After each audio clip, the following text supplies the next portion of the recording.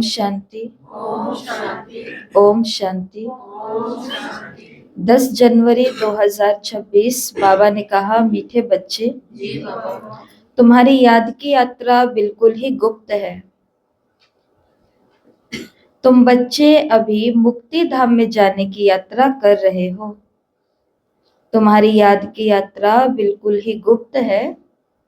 तुम बच्चे अभी मुक्ति धाम में जाने की यात्रा कर रहे हो। प्रश्न, स्थूल वतनवासी से सूक्ष्म वतनवासी फरिश्ता बनने का पुरुषार्थ क्या है? स्थूल वतनवासी से सूक्ष्म वतनवासी फरिश्ता बनने का पुरुषार्थ क्या है? तो देखो अपने सामने बाबा, मम्मा और दादियों को जो वतनवासी बन गए, तो वो कैसे बने? कौन से पुरुषार्थ से? बाबा की याद से। काफी है, बाबा की याद से। पुरुषार्थ। उत्तर, सूक्ष्म वतनवासी फरिश्ता बनना है तो रूहानी सर्विस में हड्डी हड्डी स्वाहा करो। बिना हड्डी स्वाहा करे फरिश्ता नहीं बन सकते। फरिश्तों को हड्डियां होती है? फरिश्तों को हड्डी नहीं होती ना? कहाँ गई उनकी हड्डियां? यज्ञ स्वाहा सेवा में स्वाहा कर दी उन्होंने। कितनी सुंदर पॉइंट है, कितनी सुंदर ये पॉइंट है कि सच में जो फरिश्ते होते हैं उनको काया तो होती है, आकृति तो होती है, लेकिन उनके अंदर हड्डी मांस नहीं होता। तो वो सारी की सारी हड्डियां कहाँ गई हैं? तो वो सारी हड्डियां इधर स्वाहा कर दी है। और मांस का क्या हुआ? देह अभिमान को गला दिया है। तो बिना हड्डी स्वाहा किए फरिश्ता नहीं बन सकते, क्योंकि फरिश्ते बिगर हड्डी मांस के होते हैं। इस बेहद की सेवा में दधीची ऋषि की तरह हड्डी हड्डी लगानी है, तभी व्यक्त से अव्यक्त बनेंगे। गीत, धीरज धर मनवा। ओम शांति। ओम शांति। सबकी आवाज नहीं आई है। ओम शांति। ओम शांति। बच्चों को इस गीत से इशारा मिला कि धीरज धरो। बच्चे जानते हैं हम श्रीमत पर पुरुषार्थ कर रहे हैं और जानते हैं कि हम इस गुप्त योग की यात्रा पर हैं। वो यात्रा अपने समय पर पूरी होनी है। मुख्य है ही ये यात्रा, जिसको तुम्हारे सिवाय और कोई भी जानते नहीं है। यात्रा पर तो जाना जरूर, और ले जाने वाला पंडा भी चाहिए। इसका नाम ही रखा हुआ है पांडव सेना। अब याद की यात्रा है, स्थूल लड़ाई की कोई भी बात नहीं। हर एक बात गुप्त है। यात्रा भी बड़ी गुप्त है। शास्त्रों में भी है, कहते हैं, बाप कहते हैं, मुझे याद करो तो तुम मेरे पास पहुंचेंगे। ये यात्रा तो हुई ना। बाप सब शास्त्रों का सार बताते हैं। प्रैक्टिकल में, एक्ट में ले आते हैं। हम आत्माओं को यात्रा पर जाना है, अपने निर्वाण धाम। विचार करो तो समझ सकते हैं। ये है मुक्ति धाम की सच्ची यात्रा। सब चाहते हैं कि हम मुक्ति धाम में जाएं। ये यात्रा करने के लिए कोई मुक्ति धाम का रास्ता बताए, परंतु बाप तो अपने समय पर आपे ही आते हैं, जिसको कोई भी जानते नहीं। बाप आकर समझाते हैं तो बच्चों को निश्चय होता है, बरोबर ये सच्ची यात्रा है जो गाई हुई है। भगवान ने ये यात्रा सिखलाई थी। मन मना भव, मध्याजी भव। मन मना भव का मतलब क्या होता है? मन ही। और मध्याजी भव का कौन, किसको पता है? हाथ ऊपर करो। अगर सुन लिया तो पता चल ही जाएगा। मध्याजी भव का मतलब क्या होता है? मन मना भव और मध्याजी भव, परम धाम में बाबा को याद करना है। मध्याजी भव का मतलब सूक्ष्म वतन में बाबा को याद करना है। विष्णु को याद करना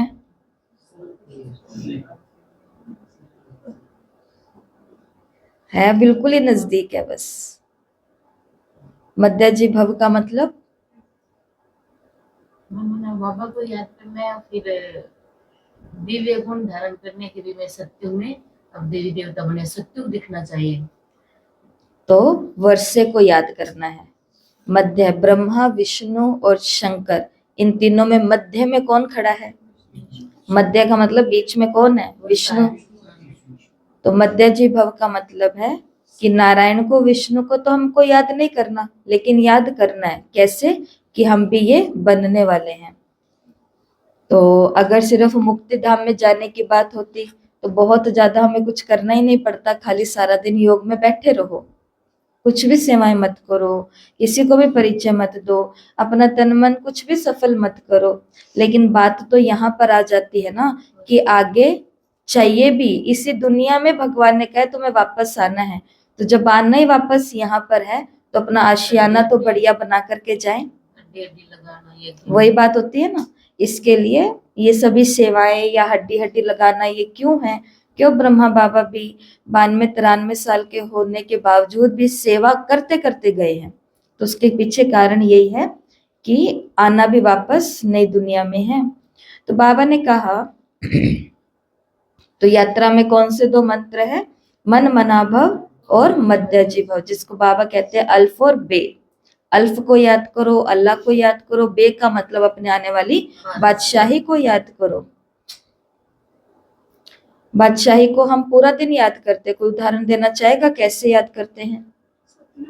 हाँ, मतलब कि हमें उस दुनिया में जाना है, रहना है, उसे हम सब याद करते हैं। कैसे याद करते हैं? प्रैक्टिकल बताओ कि ऐसे करते हैं, कोई उदाहरण दो। फिक्र एक भी ना रहे, बादशाह की तरह। कुछ प्रैक्टिकल। कोशिश करते कि सात्विक हो, क्योंकि हमें सत्युग में जाना। अच्छा, और वस्त्र वैसे धारण करते हैं, मर्यादा में रहते हैं। सुबह उठते हैं क्योंकि उधर भी हमें सुबह जल्दी उठना है। अभी ये जो हम अपना धन लगाते हैं और ये जो तन लगाते हैं, क्या ही हमारे पास धन और क्या ही इस तन के अंदर जान है, शक्ति है, लेकिन क्यों कर रही होती है वो आत्मा? क्योंकि वो बोलती है अंदर ही अंदर बाबा को कि बाबा अभी मैं इतना कर रही हूँ, सत्युग में मेरे को फिर महल मिलेंगे। कहने का भाव कि जो हम कभी कभी बोल देते हैं कि अगर भगवान के कार्य में हम कुछ भी लगाएंगे अपना, तो वो 1 का 100 गुना, 1000 गुना, लाख गुना, करोड़ गुना, और ऐसे करते करते पदम गुना हो जाता है।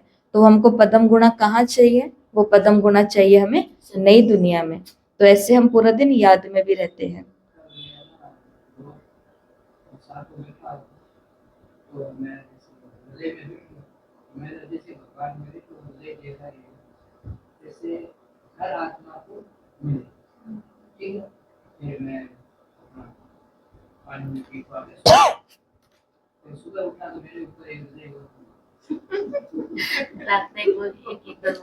तो बाबा ने कहा कि ये अक्षर भी तुम्हारे काम के बहुत हैं, सिर्फ किसने कहा ये भूल कर दी। कहते हैं देह सहित देह के सभी संबंधों को भूल जाओ, इनको भी देह है, इनको भी समझाने वाला दूसरा है। जिसको अपनी देह नहीं है वो बाप है विचित्र, उनको कोई देह नहीं है। और तो सबके चित्र हैं, सारी दुनिया चित्रशाला है। विचित्र और चित्र अर्थात जीव और आत्मा का ये मनुष्य स्वरूप बना हुआ है। तो वो बाप है विचित्र, समझाते हैं मुझे इस चित्र का आधार लेना पड़ता है बरोबर। शास्त्रों में है, भगवान ने कहा था कि जबकि महाभारत लड़ाई भी लगी थी, राजयोग सिखाते थे जरूर राजाई स्थापन हुई होगी। अभी तो राजाई है नहीं, राजयोग भगवान ने सिखलाया था नई दुनिया के लिए, क्योंकि विनाश सामने खड़ा था। समझाया जाता है ऐसा हुआ था जबकि स्वर्ग की स्थापना हुई थी, वो लक्ष्मी नारायण का राज्य स्थापन हुआ था। अभी तुम्हारी बुद्धि में है सतयुग था, अभी कलयुग है। फिर बाप वही बातें समझाते हैं। ऐसा तो कोई कह न सके कि मैं परम धाम से आया हूँ तुमको वापस ले जाने के लिए। परम पिता परमात्मा ही कह सकते हैं ब्रह्मा द्वारा, और किसी के द्वारा कह नहीं सकते। सूक्ष्म वतन में है ब्रह्मा विष्णु शंकर। ब्रह्मा के लिए समझाया है कि वो है अव्यक्त ब्रह्मा और ये है व्यक्त ब्रह्मा। तुम अभी फरिश्ता बनते हो। फरिश्ते स्थूल वतन में नहीं होते, फरिश्तों को हड्डी मांस नहीं होता। यहाँ इस रूहानी सर्विस में हड्डी आदि सब खलास कर देते हैं, फिर फरिश्ते बन जाते हैं। अभी बाबा ने कहा अभी तो हड्डी है ना, अभी तो हड्डी है ना, तभी तो ठिठुर रही हैं। है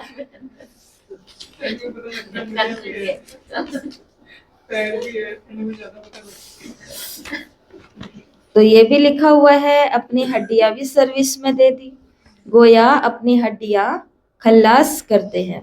स्थूल वतन से सूक्ष्म वतनवासी बनना है। यहाँ हम हड्डी देकर सूक्ष्म बन जाते हैं। इस सर्विस में सब स्वाहा करना है। याद में रहते रहते हम फरिश्ते बन जाएंगे। ये भी गाया हुआ है, मरुआ मौत मलू का शिकार। मलुक फरिश्ते को कहा जाता है। तुम मनुष्य से फरिश्ते बनते हो, तुमको देवता नहीं कह सकते। यहाँ तो तुमको शरीर है ना। सूक्ष्म वतन का वर्णन अभी होता है। योग में रहे फिर फरिश्ते बन जाते हैं, पिछाड़ी में तुम फरिश्ते बन जाएंगे। तुमको सब साक्षात्कार होगा और खुशी होगी। मनुष्य तो सब काल का शिकार हो जाएंगे। जिन्होंने हड्डियों को संभाला हुआ है ना, बाबा ने कहा वो सब क्या हो जाएंगे, काल का शिकार हो जाएंगे। और जिन्होंने हड्डी हड्डी रूहानी सेवा में लगाई है, आत्माओं को परमात्मा का बनाने में लगाई है ना, तो बाबा ने कहा उनको बहुत साक्षात्कार भी होंगे और उनको बहुत खुशी भी होगी। तुम्हारे में जो महावीर हैं वो तो अडोल रहेंगे, बाकी क्या क्या होता रहेगा। विनाश की सीन तो होनी है ना। अर्जुन को विनाश का साक्षात्कार हुआ, वो एक अर्जुन की बात नहीं है। तुम बच्चों को विनाश और स्थापना का साक्षात्कार होता है। पहले पहले बाबा को भी विनाश का साक्षात्कार हुआ। उस समय ज्ञान तो कुछ था नहीं। देखा सृष्टि का विनाश हो रहा है, फिर चतुर्भुज का साक्षात्कार हुआ।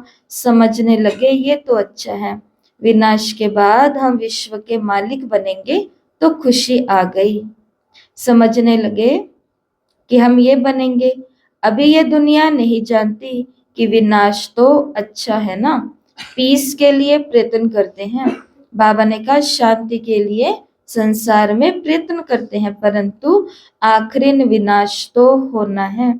याद करते हैं पतित पावन आओ, तो बाप आएंगे जरूर, आकर पावन दुनिया स्थापन करेंगे जिसमें हम राजाई करेंगे। तो ये तो अच्छा है ना। पतित पावन को क्यों याद करते हैं, क्योंकि दुख है। तो बताओ क्या ये बात अच्छी है कि सबका विनाश हो जाएगा और हम पावन दुनिया में चले जाएंगे। बाबा ने कहा राजाई मिल जाएगी, पीस हो जाएगी, शांति हो जाएगी, तो ये तो अच्छा है ना। वाना भी तो शांति मिल जैसी नहीं अच्छा, नहीं अच्छा ना। विनाश हो जाएगा और हमको राजाई मिल जाएगी, हम भी शांति से रहेंगे, दुनिया नहीं आ जाएगी, तो ये अच्छा है। अच्छा ही है। छोटे छोटे बच्चे, बूढ़े बूढ़े, जवान, पैसे वाले, गरीब, सब मर जाएंगे, सब खत्म हो जाएगा, सब चले जाएंगे, तो ये अच्छा है। आत्मा तो शांति धाम है, आराम से नहीं अच्छा ना, सबको ले जाएंगे, सबको मार के लेके जाएगा ना। ये सब प्रभु मिलन करेंगे लास्ट में, और ना उनको शांति चाहिए तो वो शांति धाम में चले जाएंगे, उनको वो स्वर्ग ही लगेगा। तो देखो बाबा के बच्चे भी दुखी हो जाते हैं ना कभी कभी ये विनाश सुन करके। उसके पीछे का एक ही कारण है, और वो कारण ये है, एक दो कारण हो सकते हैं। एक कारण ये है कि हमें साफ दिख रहा है कि हमारे साथ वाले नहीं तैयार हुए, और हमारा मोह सारा किनसे है, उनसे है। वो तैयार नहीं है। बाबा कह रहा है विनाश हो जाएगा, सब खत्म हो जाएगा, और हम तैयारी कर रहे हैं सत्युग में जाने की। हमें पता है हमारी तो टिकट कटी हुई है आगे की, और हमें पता है कि ये ना योग करते हैं, ना ये भक्ति करते हैं, ना ये पवित्र बनते हैं, ना ये खान पान को शुद्ध बना रहे हैं, ना मर्यादाओं की लकीर के अंदर रह रहे हैं, इनका क्या होएगा। और यही चीज जब मुरली में आ जाती है विनाश की, तो बहुत सारे बच्चे, हम आपको ऐसे नहीं बोल रहे हैं, सही बात बोल रहे हैं, कि वो मुरली को सुन ही नहीं पाते सबके बीच में, वो घर में सुन लेते हैं। उसके पीछे का कारण यह है क्योंकि सबके बीच में, क्लास के वायुमंडल में उनको ये विनाश विनाश सुनना भी भारी सा लगता है कि ये ऐसी बातें क्यों बोलते हैं, या दीदी ऐसी बातें क्यों सुनाती हैं। उनको ये चीज अटपटी लगती है, सहन नहीं होती है, तो फिर बाद में सन्मुख सुनते भी नहीं है। बाकी ज्ञान तो सारा है, लेकिन सन्मुख नहीं सुनते। दूसरा कारण क्या होता है कि हमने अभी तक अपनी रिस्पॉन्सिबिलिटीज, जो है हमारे दायित्व है, कर्तव्य है, उत्तरदायित्व है, तो वो अभी तक पूरे नहीं किए हैं। पूरे नहीं किए हैं तो हमें भी पता है कि इस विनाश में बाबा कह रहे भंबोर को आग लगेगी, कहीं उसके बीच में मैं भी एक ना हूं। तो इसके लिए अपने क्या करनी है, अपने लिए तो तैयारी यही है कि अपनी हड्डी हड्डी लगा के रखो, और उनके लिए जो हमारे नियर एंड डियर है, इनके लिए क्या कर सकते हैं, इनको लाने के लिए उसके लिए भी प्रबंध रचो। क्या होते हैं प्रबंध, कैसे लाए वो कह रहे, कौन कौन सी युक्तियां बताओ। जैसे अभी 1 तारीख को नया साल आया था, 1 तारीख को नया साल आया था, लोग अपने रिश्तेदारों को प्रॉपर लेकर के आए हैं। किस बहाने से, 1 तारीख है, 1 तारीख को मंदिर में दर्शन करने जाते हैं, 1 तारीख को यहाँ दर्शन करने जाते हैं, 1 तारीख को शुभ काम करते हैं, चलो आपको हम लेकर के चलते हैं। जबकि वो तो सुबह आके गए हैं, अपना सारा काम पूरा करके गए हैं, तो भी लेकर के आए हैं। और क्या युक्तियां होती है,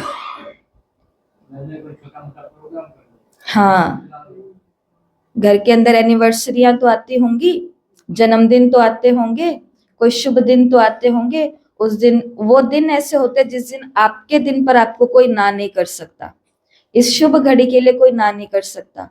बजाय दुनिया को बुलाने से, अर्थात दुनिया को तो बुलाना ही है, लेकिन बजाय केवल एंजॉय करने से, नाचने कूदने से अच्छा है कि उसको एक सत्संग का माहौल दे दिया जाए, और ना जाने कब कौन सा तीर किस आत्मा को लग जाए। और जल्दी जल्दी बताओ, भोग लगवाओ उनके निमित्त, भोग खिलाओ उनको। हाँ, तो वो तो फिर बुलाना पड़ेगा। नहीं, ऐसे ना सत्संग कराने की जरूरत नहीं है कि एक मोहल्ले वाले को वापस वार्ते भी नहीं आएंगे तो ढंग से बैठे। ऐसा कुछ आधे घंटे का प्रोग्राम रखो जिसमें सिर्फ दीदी को बुलाओ, घर वाले बैठे। कहने का भाव ये है कि क्या रचनी है, अगर हम उनको बचाना चाहते हैं तो एटलीस्ट वो राजयोगी तो नहीं बन सकते, हमारी तरह सुबह आ तो नहीं सकते, लेकिन वो सहयोगी तो बन सकते हैं, वो स्नेही तो बन सकते हैं। ऐसे करते करते राजयोगी भी बन जाते हैं। जहाँ तरह की बातें तो जो अपने घर में भी कोई नहीं बता सकता, मगर योग सीखा होगा तो अंदर अंदर बाबा से तो बातें कर लेंगे, वो बाबा से वो बातें कर लेंगे। इसके लिए शिव बाबा ने कहा कि देखो कि हम राजाई करेंगे और दुनिया आखिरी विनाश को पाएगी, तो सभी पतित पावन को याद क्यों करते हैं, क्योंकि दुखी हैं। पावन दुनिया में देवताएं हैं, पतित दुनिया में तो देवताओं के पैर भी नहीं आ सकते, तो जरूर पतित दुनिया का विनाश होना चाहिए। गाया भी हुआ है, महाविनाश होगा, उसके बाद क्या होगा, एक धर्म की स्थापना, सो तो ऐसे होगी ना। यहाँ से राजयोग सीखेंगे, विनाश होगा, बाकी भारत में कौन बचेगा। ध्यान देना, जो राजयोग सीखते हैं, जो नॉलेज सबको देते हैं, वही बचेंगे। जो राजयोग सीखते हैं और सबको नॉलेज देते हैं, वही बचेंगे। बाकी विनाश तो सबका होना है, इसमें डरने की बात नहीं है। पतित पावन को बुलाते हैं, जबकि वो आते हैं तो खुशी होनी चाहिए ना। बाप कहते हैं विकार में मत जाओ, इन विकारों पर जीत पाओ, वह दे दान तो छूटे ग्रहण। भारत का ग्रहण छूटता जरूर है, काले से गोरे बनना है। सतयुग में पवित्र देवताएं थे, वो जरूर यहाँ बने होंगे। तुम जानते हो हम श्रीमत से निर्विकारी बनते हैं। भगवान उवाच, यह है गुप्त। श्रीमत पर चलकर तुम बादशाही पाते हो। बाप कहते हैं तुमको नर से नारायण बनना है, सेकंड में राजाई मिल सकती है। सेकंड में मिल सकती है, राजाई सेकंड में मिल सकती है। शुरू में बच्चियां 4-5 दिन भी वैकुंठ में जाकर के रहती थी। शिव बाबा आकर बच्चों को वैकुंठ का साक्षात्कार कराते थे। संदेश पुत्रियां थी ना, तो उन्हों को साक्षात्कार होते थे और वो 4-5 दिन तक सत्युग, सत्युग तो नहीं कहेंगे उसको, ट्रांस कहते हैं, जिसको हम विष्णुपुरी कहते हैं। एक होती है ब्रह्मापुरी, एक होती है विष्णुपुरी और एक होती है शंकरपुरी, जो परम धाम के बिल्कुल नजदीक की अवस्था हो जाती है। तो वहां पर उन लोगों को क्या होते थे, साक्षात्कार होते थे। तो बाबा ने कहा देवता आते थे, कितना मान शान से, तो बच्चों को दिल अंदर लगता है बरोबर गुप्त वेश में आने वाला बाप हमको समझा रहे हैं। ब्रह्मा तन में आते हैं, ब्रह्मा का तन तो यहाँ होना चाहिए ना, प्रजापिता ब्रह्मा द्वारा स्थापना। बाबा ने समझाया है, कोई भी आते तो उनसे पूछो आप किसके पास आते हो, बीके के पास। अच्छा, ब्रह्मा का नाम कभी सुना है? प्रजापिता तो है ना, हम सब उनके आकर बने हैं, जरूर आगे भी बने थे। ब्रह्मा द्वारा स्थापना तो साथ में फिर ब्राह्मण भी चाहिए। बाप ब्रह्मा द्वारा किसको समझाते हैं?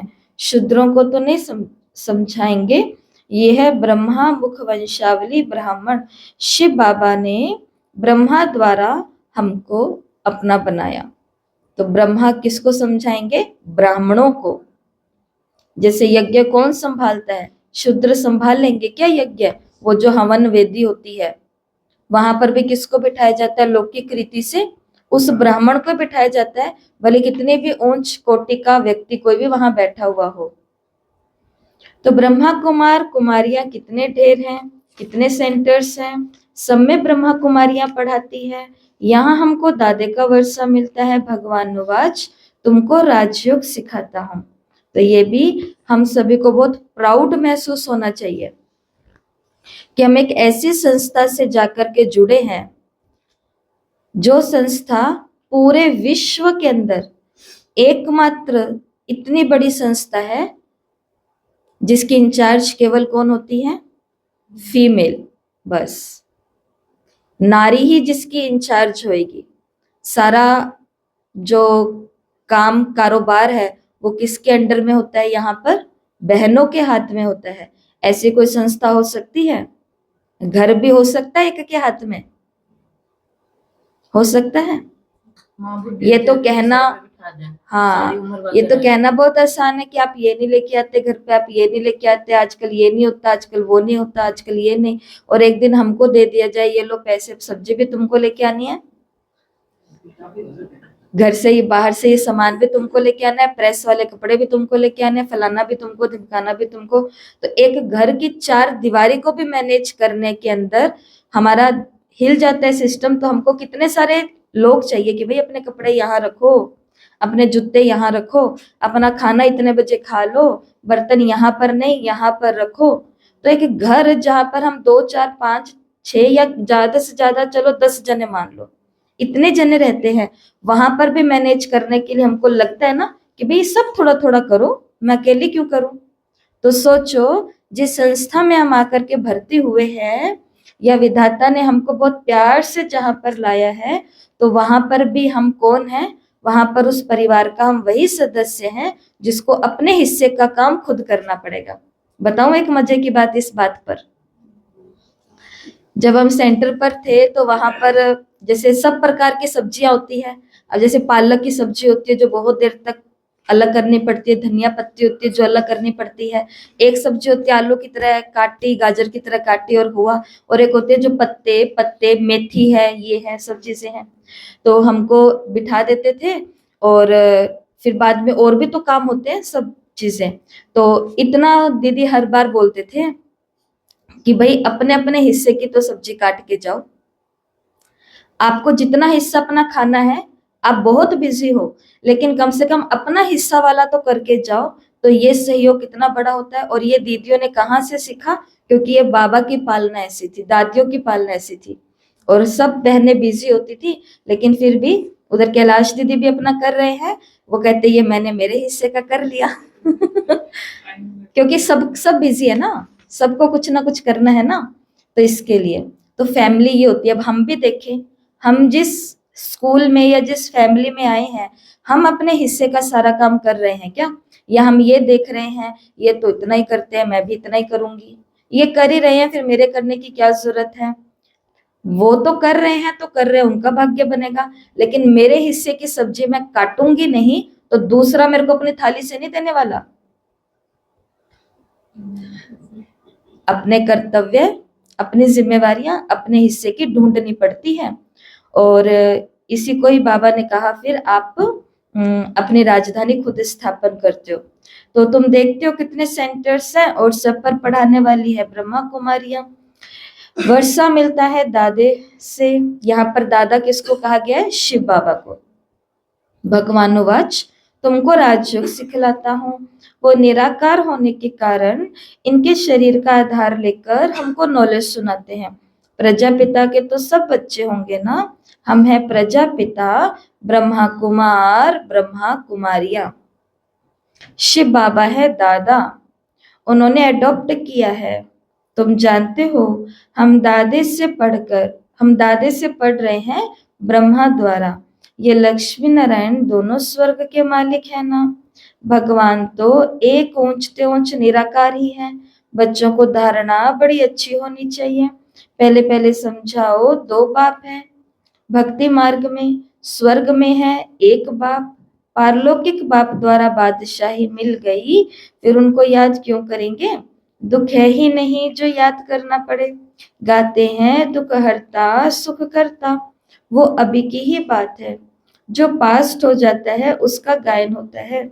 महिमा एक की है, वो एक ही बाप आकर पतितों को पावन बनाते हैं। मनुष्य थोड़े समझते हैं, वो तो पास्ट की कथा बैठकर लिखते हैं। तुम अभी समझते हो बरोबर, बाप ने राजयोग सिखाया जिससे बादशाही मिली, 84 का चक्र लगाया। अभी फिर हम पढ़ रहे हैं, फिर 21 जन्म राज्य करेंगे, ऐसा देवता बनेंगे, ऐसे कल्प पहले बने थे। समझते हो हमने पूरा 84 जन्मों का वर्षा लगाया। समझते हो हमने पूरा 84 जन्मों का चक्र लगाया। अब फिर सतयुग त्रेता में जाएंगे, तब तो बाप पूछते हैं आगे कितनी बार मिले हो। ये प्रैक्टिकल बात है। नया कोई सुने तो समझेंगे 84 का चक्र तो जरूर है। तो पहले वाले होंगे उन्हों का चक्र ही पूरा होगा। तो जो 111 में आने वाले होंगे सतयुग में, उनके पूरे टोटल 84 बर्थ बाबा ने बताए। बुद्धि से काम लेना है। इस मकान में, इस ड्रेस में हम आपसे अनेक बार मिलते हैं और मिलते रहेंगे। आत्मा अपने बाबा को कह रही है कि बाबा इसी मकान में और इसी ड्रेस में हम आपसे अनेक बार मिले हैं और मिलते रहेंगे। पतित से पावन, पावन से पतित होते ही आए हैं। कोई चीज सदैव नई ही रहे ये हो नहीं सकता। कोई चीज सदैव नई रहे ये हो नहीं सकता। कहावत है, नई बात 9 दिन की, खींचातानी 13 दिन की। कि नई बात होती है ना, नई नई बात होती है। हाँ, गर्मा गर्म कोई न्यूज मिली है तो वो कितने दिन की होती है? 9 दिन तक। आजकल तो इतना भी नहीं कह सकते, चलो मान लो 9 दिन तक कोई पूछेगा क्या बात आजकल, क्या बात आजकल, वो क्या बात आजकल, ये क्या बात है आजकल, क्या करते करते करते इतने में नई कोई बात दिख जाएगी तो पुरानी वाली गायब हो जाएगी। तो नई बातें 9 दिन की है, ज्यादा से ज्यादा खींच लो, चलो 13 दिन तक वो चल जाएगी, लेकिन उससे ज्यादा उसकी उम्र नहीं है। और आज तो आप और हम जिस कालखंड में बैठे हैं, जिस समय में बैठे हैं, वहां पर 9 दिन तो लोगों को टाइम ही नहीं है। न्यूज कितनी खतरनाक आती है। वो वहां से कूद गया, सब लोगों में एकदम से डर बैठ जाता है। उस रिश्तेदार ने उस बच्ची के साथ ये कर दिया, सब रिश्तेदार डर जाते हैं। वो बच्ची वहां चली गई, वो बच्चे ने ये कर लिया, पढ़ाई के अंदर ये हो गया, नुकसान के अंदर सुसाइड कर लिया, सब डर जाते हैं। कितने दिन तक? अगली न्यूज आती नहीं, बस उतनी देर तक ही। अब पुरानी जिनके लिए हम डरे थे उनका अभी तक हमको पता है रिजल्ट क्या निकला? कुछ भी नहीं है, कुछ भी नहीं है। और खुद की दुविधा इतनी है तो दूसरे की बातों को हम कितना का खींच लेंगे? नहीं खींच सकते हैं। इसलिए बाबा ने भी क्या कहा कि हर बात हमेशा नई नहीं रहती है, ये हो ही नहीं सकता, पुरानी तो जरूर बनती है।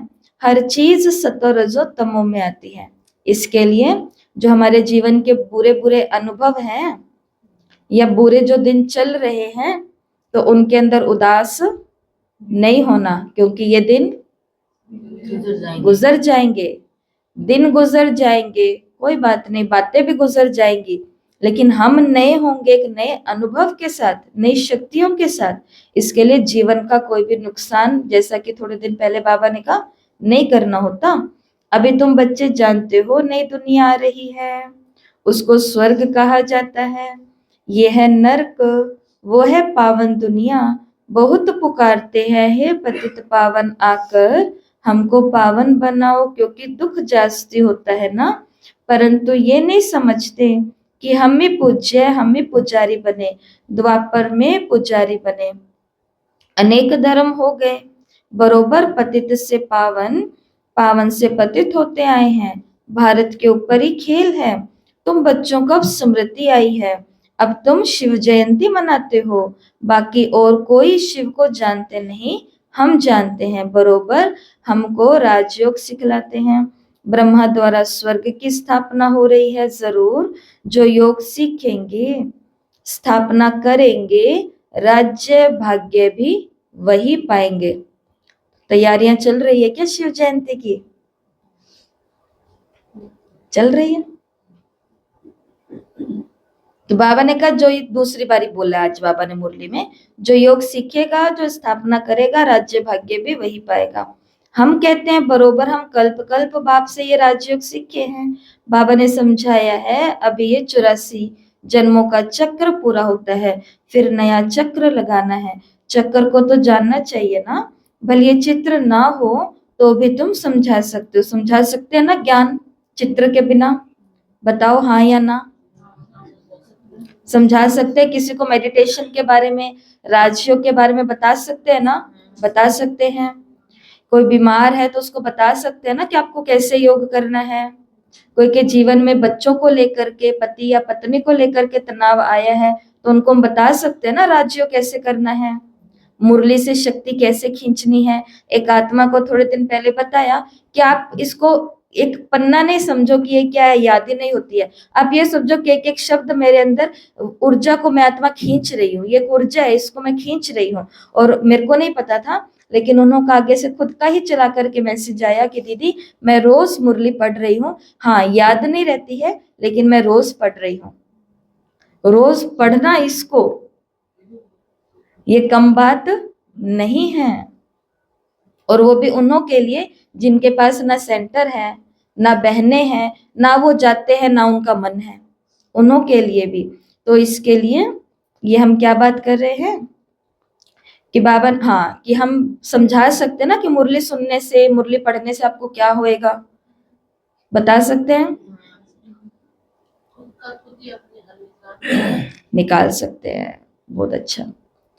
बाप कहते हैं, हम कहते हैं बरोबर, हम कल्प कल्प राजयोग सिखा। अच्छा, आगे बाबा ने कहा कि ये तो बिल्कुल सहज बात है, किसी को भी समझा सकते हो।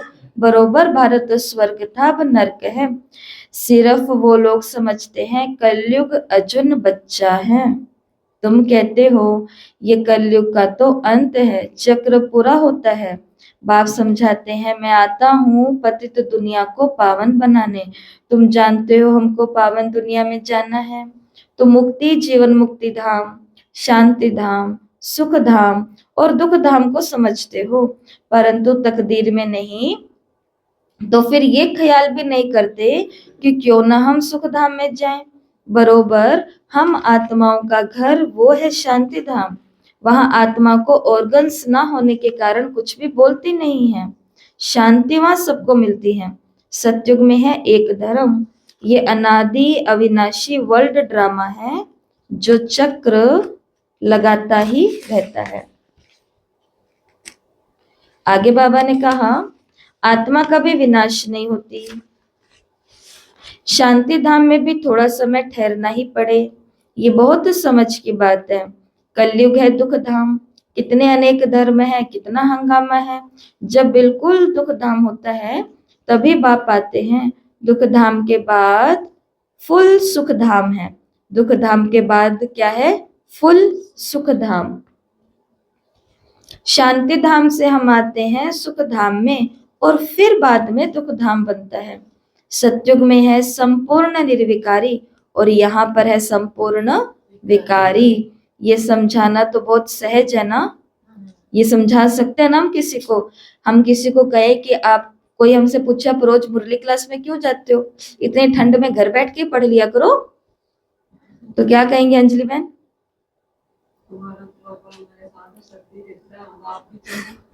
आप भी चल लो, यही बोलते हैं। शक्तियां मिलती है यहाँ और वाइब्रेशन भी हमें मिलते हैं यहाँ पर। जब ना सुनो या ना कमी है।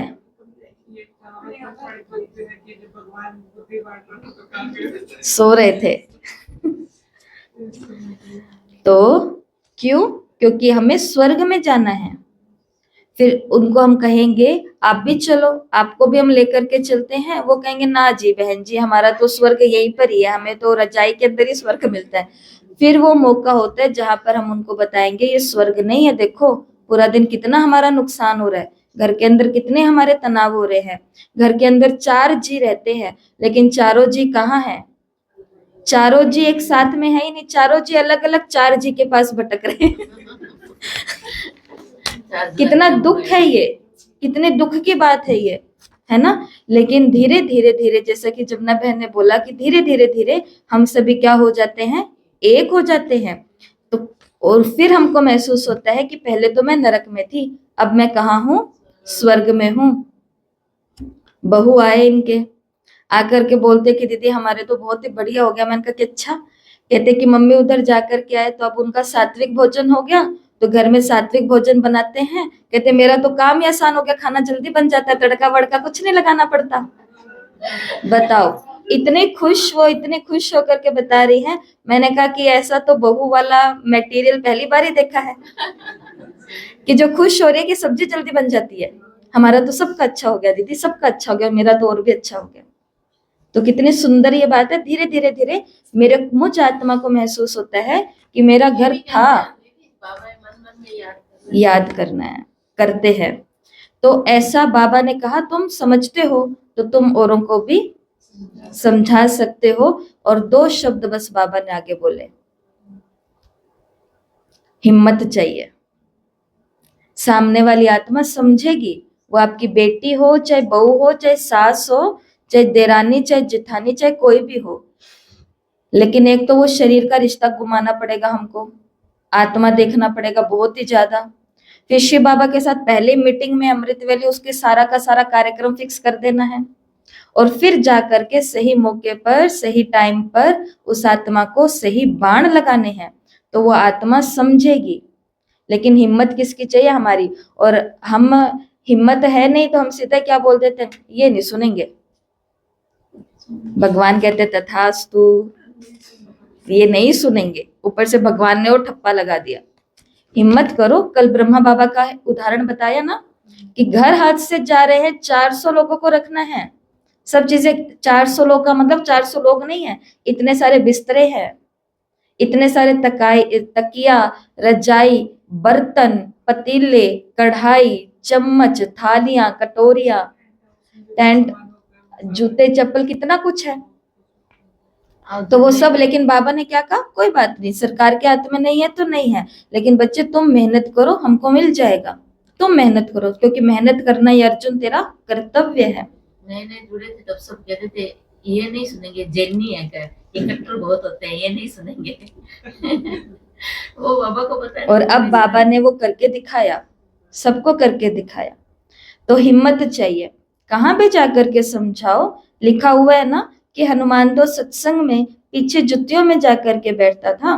तो जो महावीर होंगे वो कहाँ पर भी जाकर के युक्ति से सुनेंगे, देखेंगे क्या बोलते हैं ये। तुम ड्रेस बदल करके कहाँ भी जा सकते हो उनका कल्याण करने के लिए। बाबा भी गुप्त वेश में तुम्हारा कल्याण कर रहे हैं ना। मंदिरों में कहाँ भी निमंत्रण मिलता है तो जाकर के समझाना है। दिन प्रतिदिन तुम होशियार होते जाते हो, तुमको बाप का परिचय तो देना ही है, ट्रायल करनी होती है, तो आपस में क्या करो, ट्रायल करके देखो, डेमो। ये तो गाया हुआ है, पिछाड़ी में सन्यासी राजाएं आदि आए, राजा जनक को सेकंड में जीवन मुक्ति मिली, वो फिर ज्ञान त्रेता में अनुजनक बना, वो जाकर के फिर त्रेता में अनुजनक बना। अच्छा, मीठे मीठे सिकिलते बच्चों प्रति माता पिता बाप दादा का याद प्यार और गुड मॉर्निंग।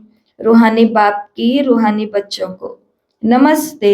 हम रूहानी बच्चों की माता पिता बाप दादा को याद प्यार, नमस्ते, गुड मॉर्निंग, शुक्रिया बाबा, शुक्रिया, वाह बाबा वाह। धारणा के लिए मुख्य सार, पहला, अंतिम विनाश की सीन देखने के लिए, अंतिम विनाश की सीन देखने के लिए अपनी स्थिति महावीर जैसी निर्भय अडोल बनानी है। अपनी स्थिति महावीर जैसी निर्भय अडोल बनानी है। गुप्त याद की यात्रा में रहना है। और स्थिति अच्छी कैसे बनती है, निर्भय कैसे बनती है? जितना हम ज्यादा याद में, और याद में भी चिंतन में रहते हैं बाबा के साथ, तो गुप्त याद की यात्रा में रहना है। दूसरा, अव्यक्त वतनवासी फरिश्ता बनने के लिए, अव्यक्त वतनवासी फरिश्ता बनने के लिए क्या करना पड़ेगा? बेहद सेवा में दधीचि ऋषि की तरह अपनी हड्डी हड्डी स्वाहा करनी है। अब आज पता चला कि मैं फरिश्ता हूं। अब से जब बोलेंगे मैं फरिश्ता हूं, तो पहले ये बात याद आएगी कि फरिश्ता हूं, पर मैं तो हड्डियों सहित हूं, जाकर के 2-4 हड्डियां लगा करके आऊं। इसलिए इन हड्डियों की संभाल भी बहुत करनी है।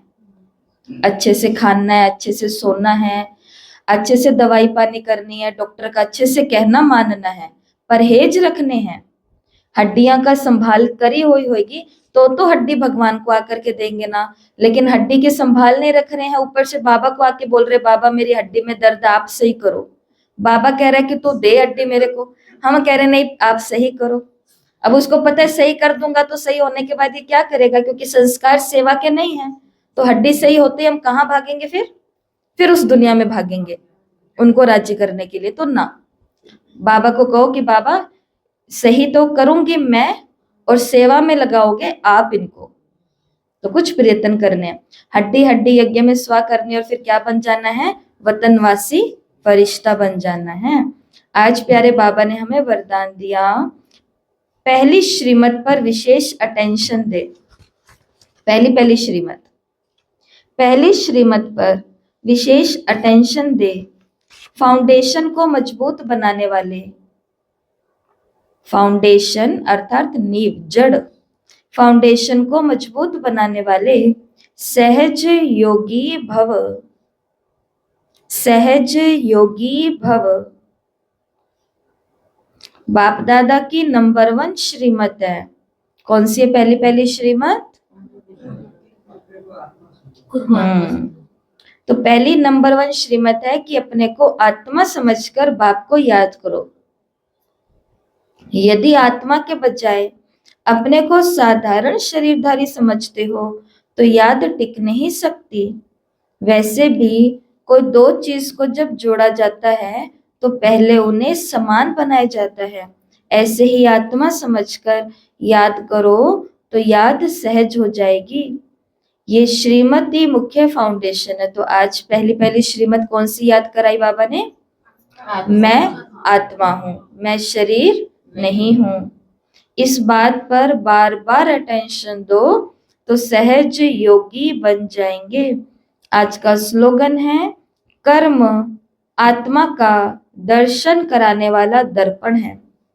कर्म आत्मा का दर्शन कराने वाला दर्पण है। इसलिए कर्म द्वारा शक्ति स्वरूप को प्रत्यक्ष करो। कर्म आत्मा का दर्शन कराने वाला दर्पण है, इसलिए कर्म द्वारा शक्ति स्वरूप को प्रत्यक्ष करो। तो अपने अंदर की जो ताकत है उस स्वरूप को प्रत्यक्ष करना है। जैसे डर ताकत है या निर्भय बनना ताकत है? लेकिन हम बातें तो बड़ी बड़ी करते हैं, लेकिन छोटी सी चीज में हम घबरा जाते हैं। तो लोगों को हमारे कर्मों से क्या दिख जाता है कि इतनी सी बात में घबरा गए, इतनी सी बात में डर गए। तो कर्म आत्मा का आईना है। आत्मा कितनी डरपोक है ये कैसे पता चल जाता है? कर्मों से। और आत्मा कितनी निर्भय है ये भी कैसे पता चलता है? कर्मों से पता चलता है। ठीक है, तो बाबा ने कहा कर्म को अब क्या बनाओ? शक्तिशाली स्वरूप बनाओ। और आज का स्वमान,